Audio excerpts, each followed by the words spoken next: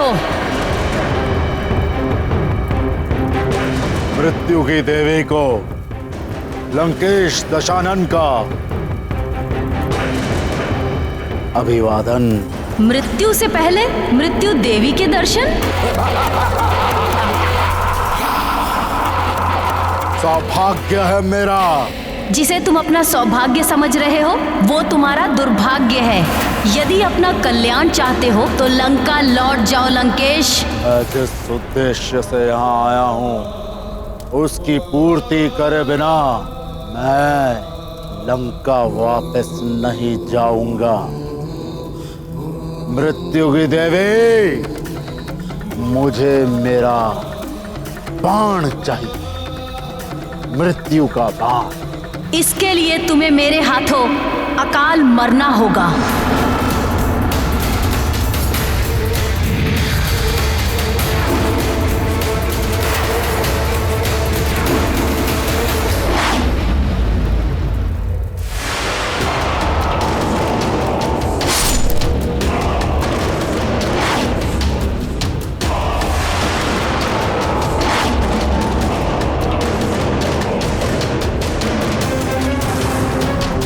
तूने मेरे अस्त्रों का तो अंत कर दिया, अब मेरा अंत करके दिखा।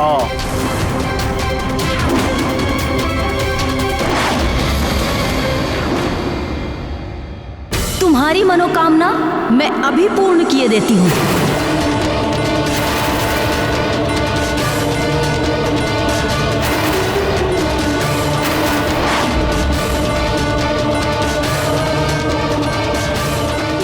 रुक जाइए मृत्यु की देवी, आप प्रजापति ब्रह्मदेव का वरदान खंडित नहीं कर सकती। रावण को ब्रह्मदेव का वरदान है।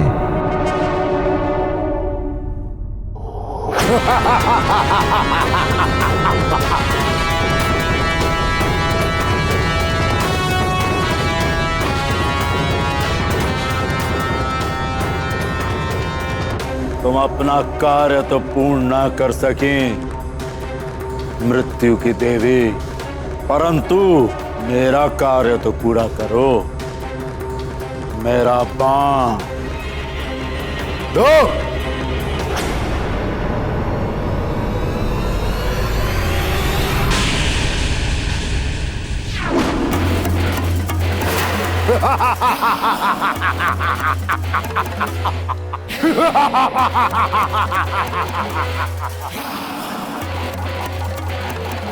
तुम केवल अपना बाण ले जाकर क्या करोगे? क्या केवल स्वयं ही जीवित रहोगे? अपने समस्त परिवार के मृत्यु बाण लेते जाओ।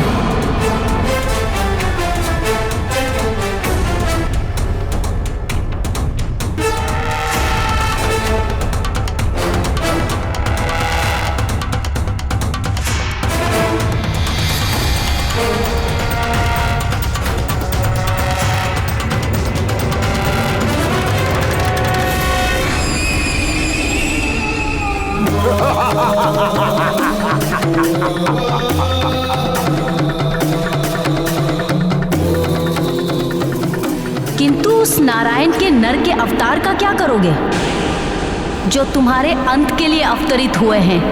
उस वानर का क्या करोगे जो प्रतिदिन तुम्हारे राक्षसों का अंत करेगा? और उस मृत्यु योग का क्या करोगे जो नवग्रह तुम्हारी कुंडली में बना रहे हैं?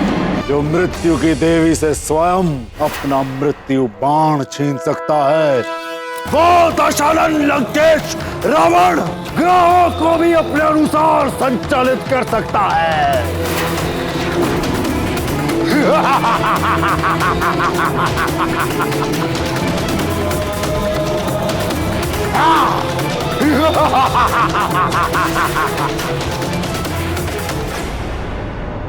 स्वामी, लंकेश अनर्थ करने पर तुला है।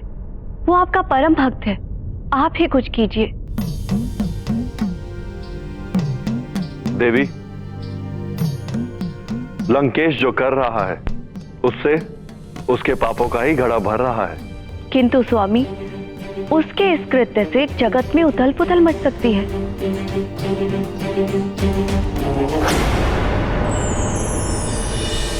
प्रणाम महादेव। प्रणाम माते। क्या हुआ देवर्षि? आप भी इन देवताओं की भांति चिंतित दिखाई दे रहे हैं। महादेव, आपसे तो कुछ भी छुपा नहीं है। रावण के निर्णय को लेकर ही ये सारे देवता चिंतित हैं और मैं भी चिंता में हूं कि जगत का क्या होगा। कोई भी देवता उसे रोकने में समर्थ नहीं है। ब्रह्मदेव के वरदान का मान तो सबको रखना ही पड़ेगा देवर्षि, इसलिए सब विवश हैं। विष्णु देव का रामावतार भी हो चुका है, किंतु वो भी समय से पूर्व रावण का वध नहीं कर सकते। हनुमान भी तो रोक सकते हैं रावण को। हनुमान को भी तो उन्हीं देवताओं से वरदान मिले हैं जिनसे रावण अवध्य है। वो कैसे रावण को पूर्णतया रोक पाएगा? प्रभु, कुछ तो उपाय करना ही होगा, अन्यथा असमय ही प्रलय मचा देगा रावण। देवर्षि, आप तो महाज्ञानी हैं, आप ही कोई उपाय सुझाइए ना। प्रभु, रावण की शक्ति के समक्ष कोई भी शक्ति टिक नहीं सकती है। मुझे तो कुछ समझ में नहीं आ रहा है। देवर्षि, आप स्वर्ग ज्ञानी हैं, किंतु मेरे मुख से सुनने की इच्छा है तो सुनिए। आदि शक्ति, महाशक्ति, सबसे बड़ी शक्ति वो है जो सृजन करती है। जगत को प्रलय से बचाने के लिए हनुमान को देवियों के वरदानों की आवश्यकता है।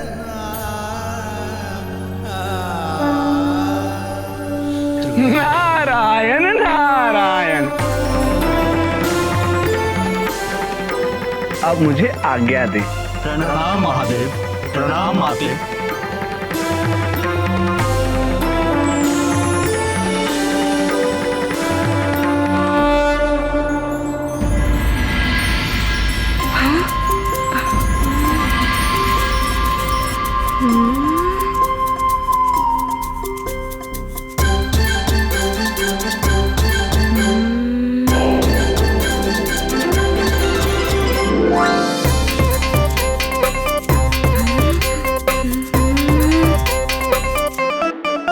सखा, मुझे बहुत भूख लगी है और यहाँ पर कोई भी नहीं है। चलो हम ही देखते हैं कि कोई फल या मिष्ठान है भी या नहीं।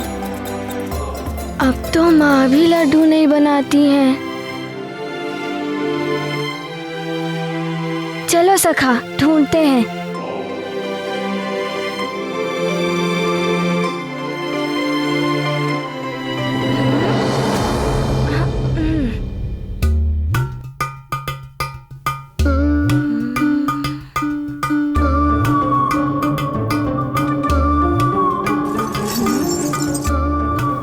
सखा, इसे तो पकाकर खाते हैं। कोई फल या मिष्ठान हो तो ढूंढो।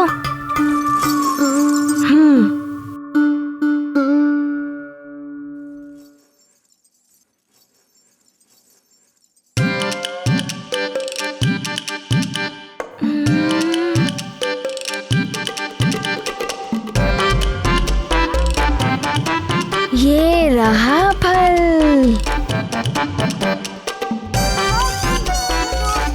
अरे सखा, तुम रहने दो, मुझे फल मिल गया है। नारायण नारायण।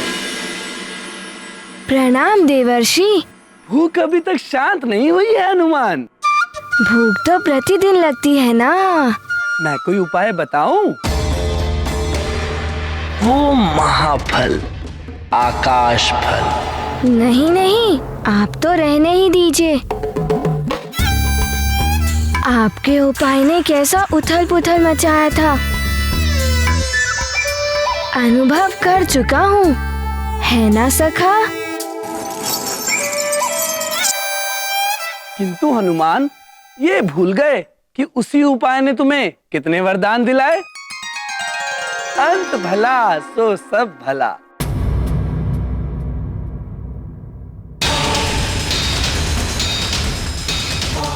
किंतु आप यहाँ क्या करने आए हैं?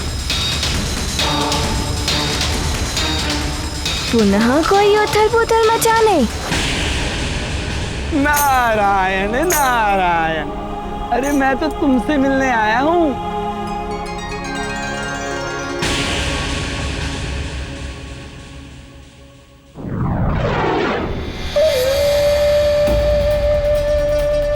ये नारद यहाँ क्या कर रहा है? ये अपने दिव्य चक्षुओं से मुझे पहचान सकता है। हनुमान, देवऋषि आप? पिताश्री प्रणाम। प्रणाम देवऋषि। नारायण नारायण, आनंद सदैव बना रहे केसरी जी। आप अकस्मात आए हैं तो हमारे सभा कक्ष को भी अपने शुद्ध कर चरणों से पवित्र कीजिए। अवश्य अवश्य, नारायण नारायण। आइए देवऋषि।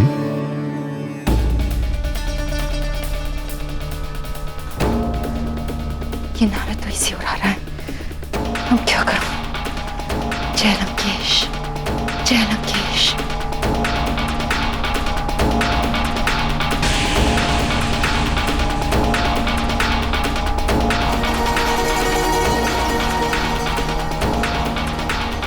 नारायण नारायण।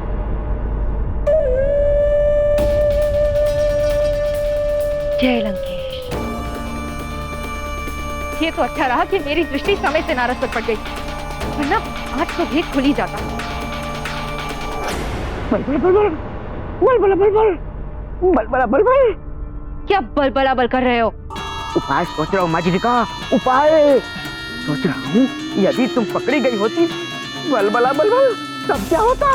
कुछ तो उपाय ढूंढना पड़ेगा। बलबला बलबल बलबला बलबल। जब तक तुम सोचोगे ना, हमारा भेद खुल जाएगा। नारद की दृष्टि पड़ गई ना, तो हमारा बल बराबर ही हो जाएगा।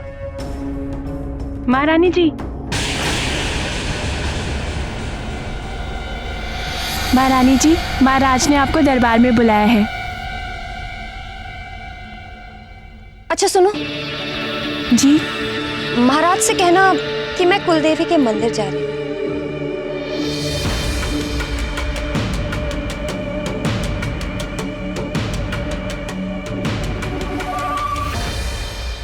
बलबला बलबल बलबला बलबल। नारायण नारायण। महाराज की जय हो। महाराज, महारानी कुलदेवी के मंदिर गई हैं। अच्छा ठीक है। अच्छा है, कुलदेवी की कृपा से तो सब मंगल ही मंगल होता है। केसरी जी, आपके सुमेरु राज्य की सुख शांति से ही सबकी शांति जुड़ी हुई है। अर्थात? अर्थात आपको शांति और शक्ति पाने के लिए शक्ति देवी नवदुर्गा की पूजा आराधना करनी चाहिए, जिससे सारे संसार में सुख शांति बनी रहे। नारायण जय हो, जय हो। देवर्षि उचित कह रहे हैं। मैं भी महाराज को यही सुझाव देने आया था। प्रणाम देवर्षि। नारायण नारायण। प्रणाम राजपुरोहित जी। सदा सुखी रहे महाराज। प्रणाम राजपुरोहित जी। कल्याण हो। आसन ग्रहण कीजिए।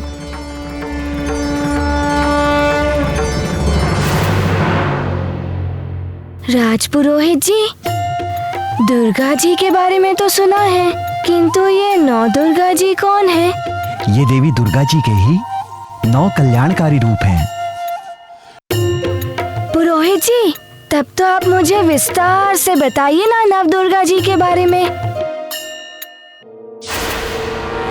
हनुमान, जब यहाँ दिव्य ज्ञान संपन्न देवर्षि स्वयं उपस्थित हैं, तो इनसे अधिक कौन बता पाएगा नौ दुर्गा के बारे में? नारायण नारायण। देवर्षि, तो आप ही बताइए ना मुझे नव दुर्गा जी के बारे में। नारायण नारायण। हाँ देव ऋषि जी, हमें भी नवदुर्गा की महिमा के विषय में बताकर कृतार्थ करें। हनुमान को ये जानना और देवी की आराधना करनी चाहिए। रावण ने अवश्य ही उत्पात मचाना शुरू कर दिया होगा। अच्छा हनुमान, जैसी प्रभु की इच्छा। नारायण नारायण।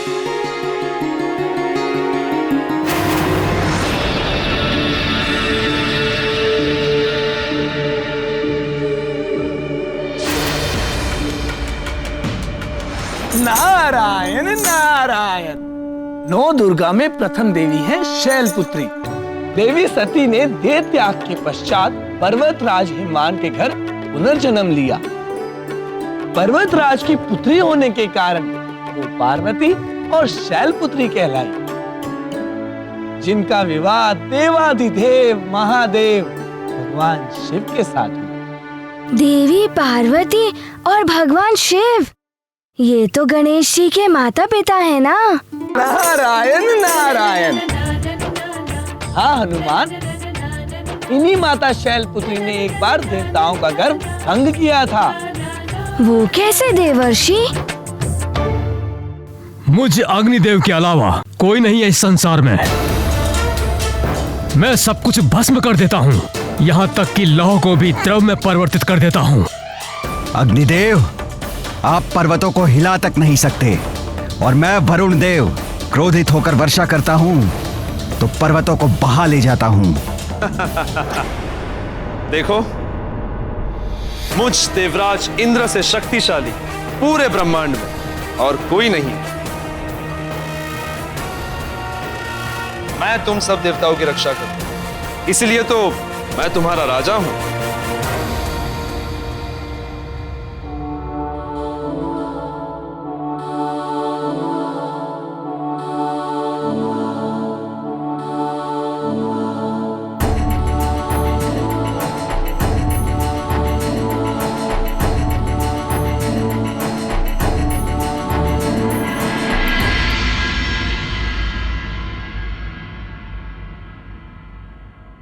सुनिए, आप में से कोई इस लकड़ी को उठा के मुझे दे सकता है? हाँ हाँ, मैं उठा देता हूँ।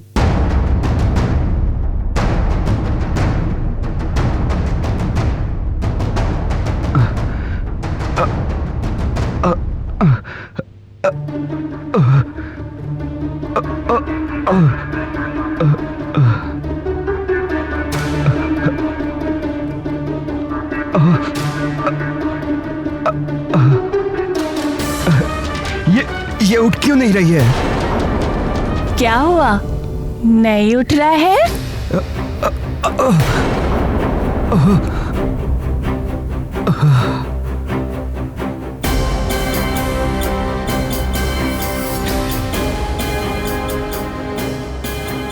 अब आप ही उठा दीजिए।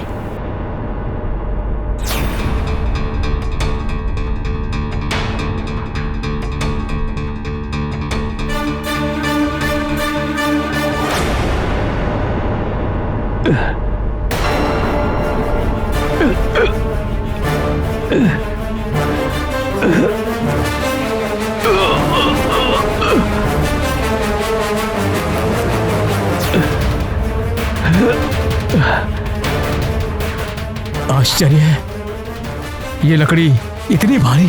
भारी कहाँ है पुत्र, मैं तो सिर पर लिए जा रही हूँ।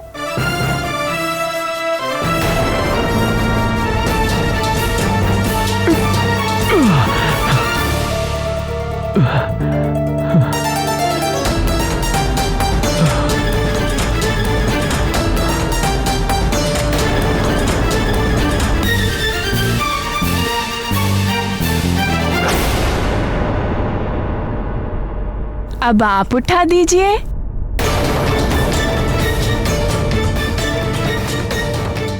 हाँ हाँ, अवश्य।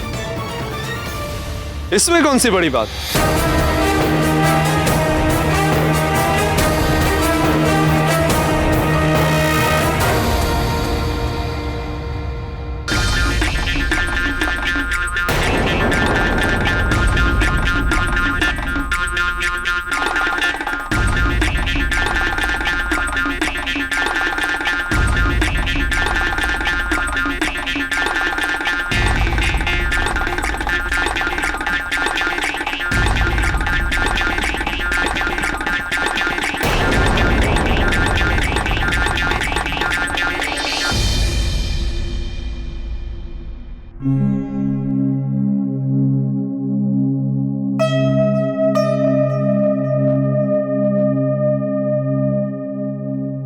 इतनी छोटी लकड़ी भी आप सब उठा नहीं पाए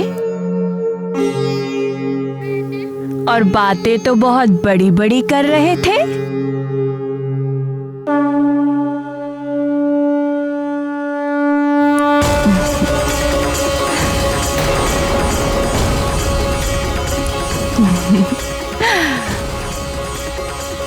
क्षमा करें माता, आप साधारण स्त्री तो नहीं हैं। हमें अभिमान हो गया था माता, उसे ही तोड़ने आप पधारी हैं। हमसे बहुत बड़ी भूल हो गई है माता। अब अपने दर्शन देकर हमें कृतार्थ करें।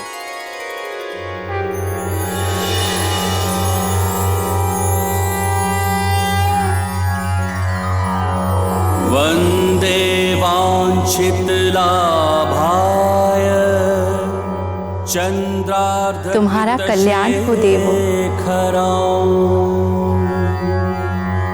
वृषारूढ़ाम शूलधरां शैलपुत्रीं यशस्विनी।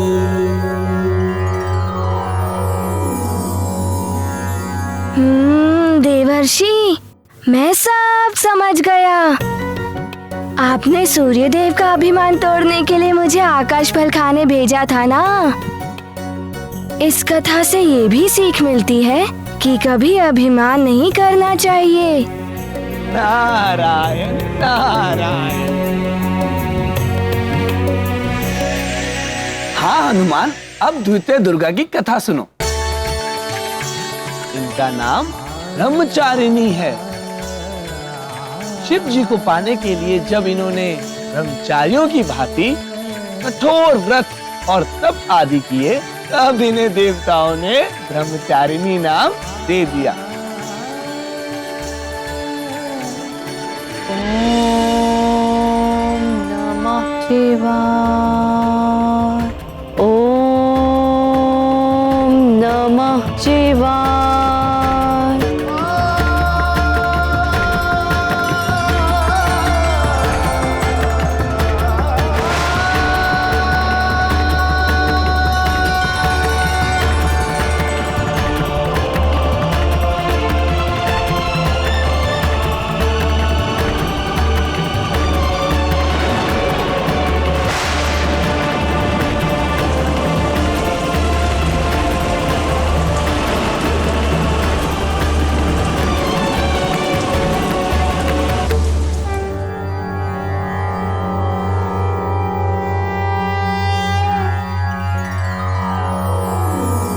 दधाना कर पद्माभ्याम अक्षमाला कमंडलू देवी प्रसीदतु मयि ब्रह्मचारिणी अनुत्तमा।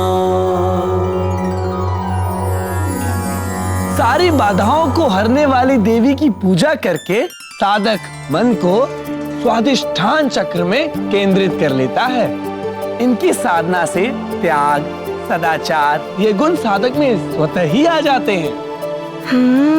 फिर भगवान शिव का विवाह देवी पार्वती से हो गया ना।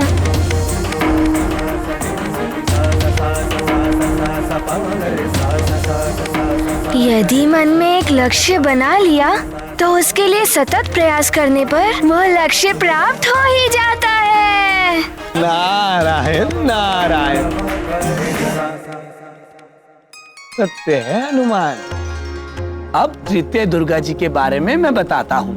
उनका नाम क्या था देवर्षि? उनका नाम चंद्रघंटा है। चंद्रघंटा। देवी चंद्रघंटा सिंह पर सवारी करती है। इनके मस्तक पर अर्धचंद्र विराजित है, इसलिए इन्हें देवी चंद्रघंटा के नाम से जाना जाता है। ये 10 भुजाओं में त्रिशूल, तलवार, फरसा, धनुष, बाण, कमल पुष्प, जलपात्र आदि लिए हैं। ओम चंद्रघंटा देव्यै नमः स्वाहा। ओम चंद्रघंटा देव्यै नमः स्वाहा। ओम चंद्रघंटा देव्यै नमः। विध्वंस कर दो इस यज्ञ को, इन ऋषियों के अंग भंग कर दो। रुक जाओ दैत्यों, ये देवी चंद्रघंटा का यज्ञ है, इसमें बाधा डालोगे तो सर्वनाश हो जाएगा तुम्हारा।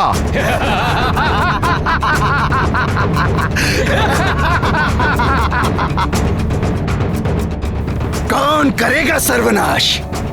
तुम्हारी चंद्रघंटा देवी है? ध्वंस कर दो इस यज्ञ वेदी को।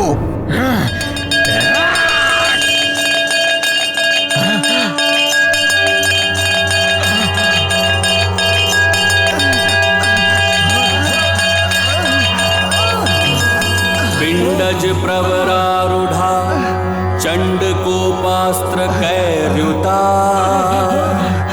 प्रसादं तनुते मह्यं चंद्रघंटेति विश्रुता।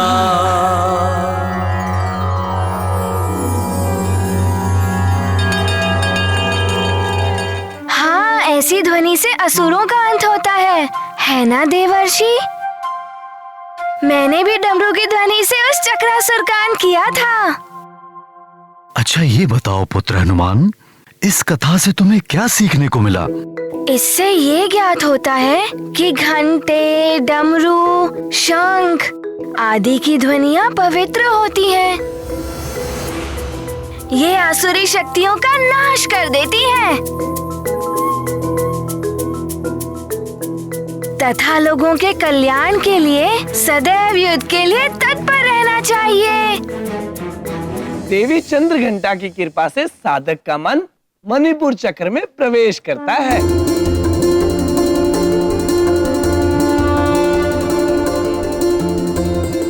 देवी चंद्रघंटा भक्तों के दुख और बाधाओं का हरण कर लेती है।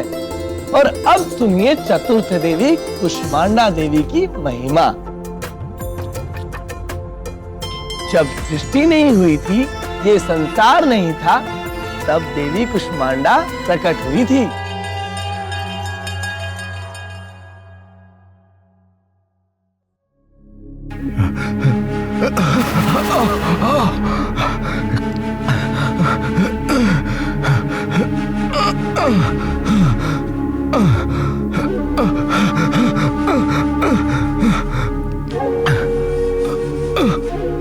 कुष्मांडा देवी नमः। ओम कुष्मांडा देव्यै नमः। ओम कुष्मांडा देवी नमः। ओम कुष्मांडा देव्यै नमः। नमः कुष्मांडे नमः। हे कुष्मांडा माता, आप तो सदैव अपने भक्तों की रक्षा करती हैं माता। न जाने मुझसे क्या अपराध हो गया माता, जो आप मुझसे रूठ गईं। और मैं इस असाध्य रोग से पीड़ित हो गया हूं माँ। मैंने वर्षों आपकी तपस्या की माँ कि एक दिन आप मुझ पर कृपा करेंगी माँ, और मैं इस असाध्य रोग से मुक्ति पाऊंगा माँ। कृपा कीजिए माँ। ओम कुष्मांडा देव्यै नमः।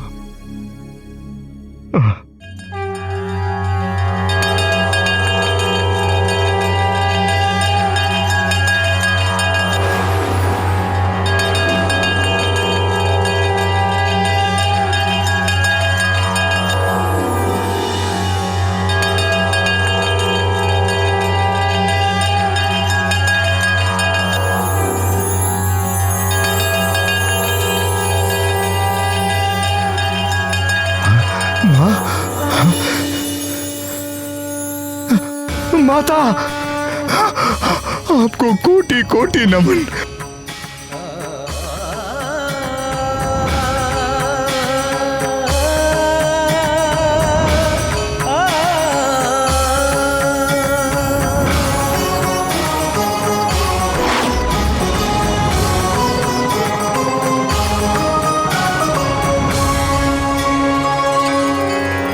माते, कुष्मांडा माता की जय हो। कुष्मांडा माता की जय हो।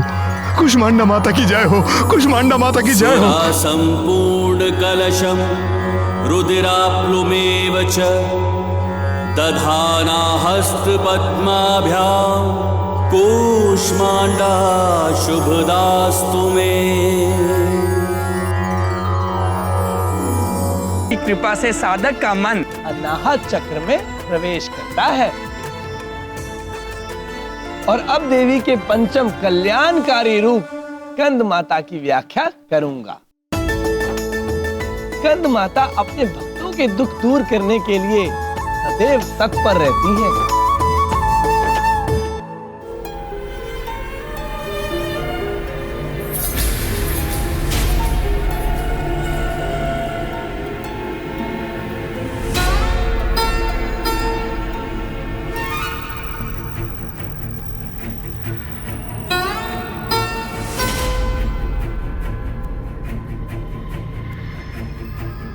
मैंने हर तरह से उपचार करके देख लिया, अब ईश्वर ही कोई चमत्कार कर दे तो ठीक, अन्यथा अपने पुत्र का ध्यान रखिए। हे भगवान, हे स्कंद माता, कितनी बरसों मैंने आपका तप किया, तब जाकर मेरी गोद हरी हुई। यदि मेरे पुत्र को कुछ हो गया तो मैं भी यहीं बैठे बैठे अपने प्राण त्याग दूंगी माता।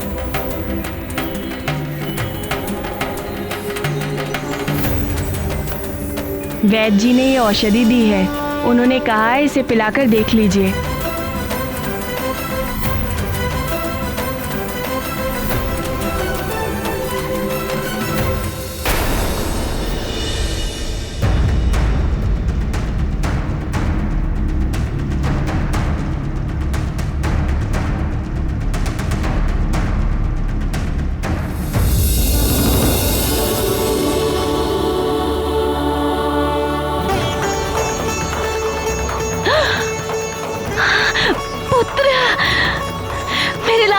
तुम स्वस्थ हो गए।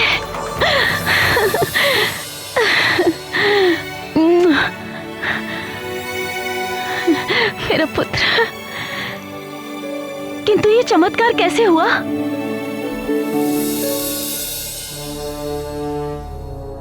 वो माता जी कहाँ गई? माता जी एक औषधि लेकर आई थी, कह रही थी वैद्य जी ने भेजा है। किंतु वैद्य जी ने तो कहा था कोई उपचार नहीं है। तब वो माता तो स्वयं माता जी आई थी, स्कंद माता।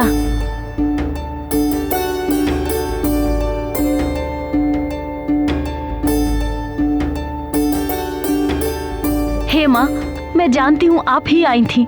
दर्शन दीजिए माँ। दर्शन दीजिए माँ। दर्शन दीजिए माँ। दर्शन दीजिए।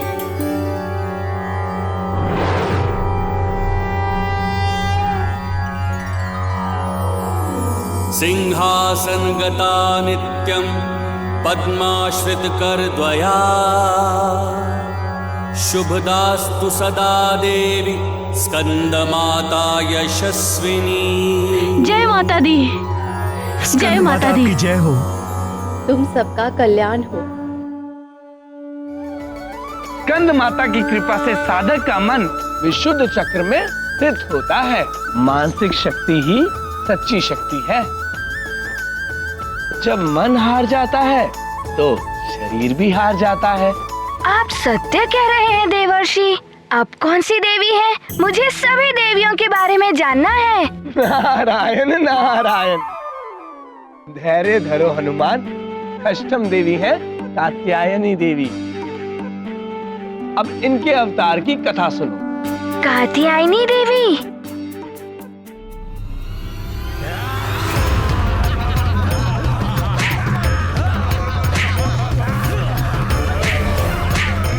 मूर्ख साधुओं, बंद करो ये सब। महिषासुर के क्षेत्र में कोई भी पूजा अर्चना नहीं होगी देवी देवताओं की। तुम्हारे देवता हम हैं। मारो।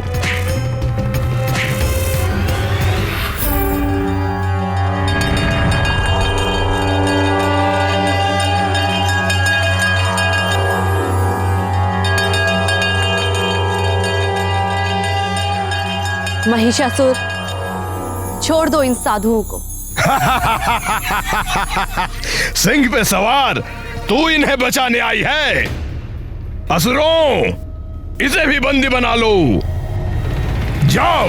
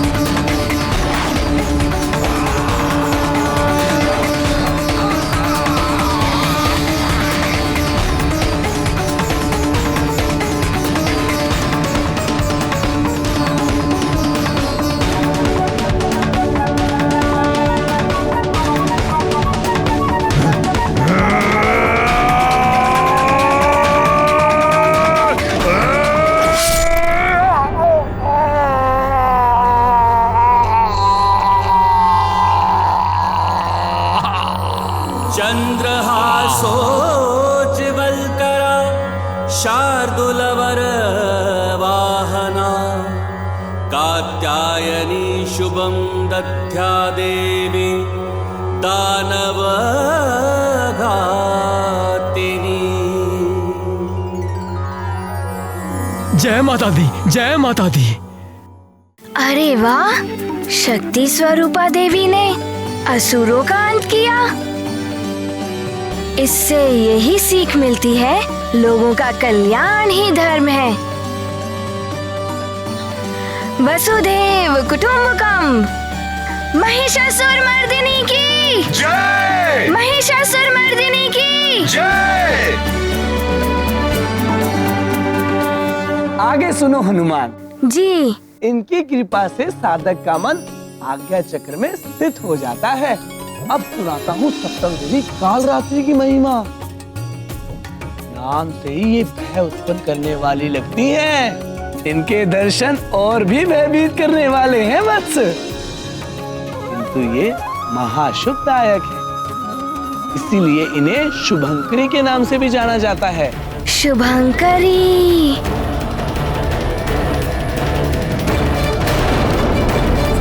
कृपा से साधक का मन क्षत्रेश्वर चक्र में स्थित होता है। इनकी सवारी गर्तभ है। इनके नाम स्मरण मात्र से भूत प्रेत आदि बाधाएं नष्ट हो जाती हैं।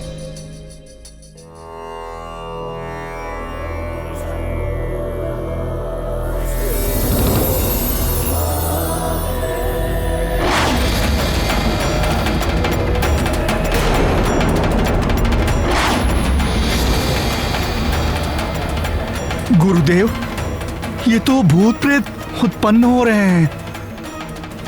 भयभीत होने की आवश्यकता नहीं है शिष्यों। भूत प्रेत हमारा कोई अहित नहीं कर सकते। हम देवी कालरात्रि की प्रसन्नता के लिए ये यज्ञ कर रहे हैं। ओम कालरात्रि देव्यै नमः। ओम कालरात्रि देव्यै नमः स्वाहा।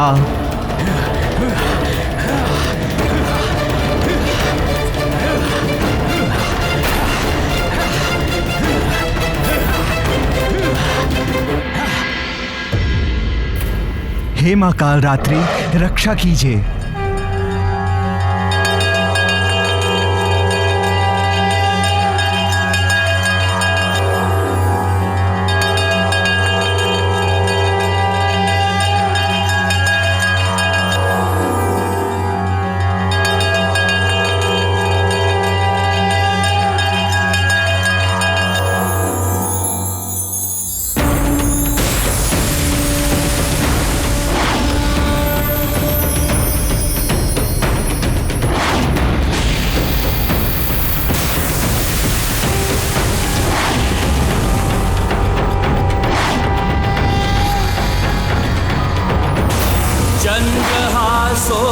सोज्वलकरा शार्दूलवर वाहना कात्यायनी शुभं दध्या देवी दानव घातिनी।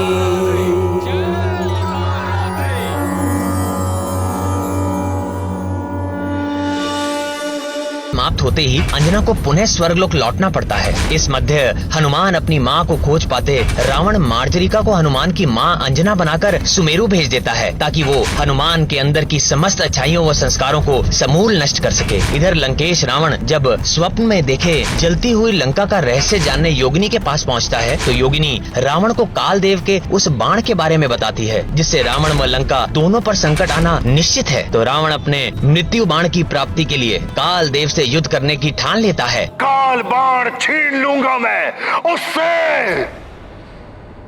आज ही काल के यमलोक पर आक्रमण करूंगा मैं।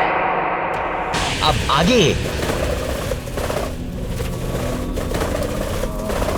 कालदेव, दशानन रावण स्वयं तुमसे युद्ध करने आया है। कालदेव साधना में हैं और उनकी साधना में कोई विघ्न नहीं डाल सकता।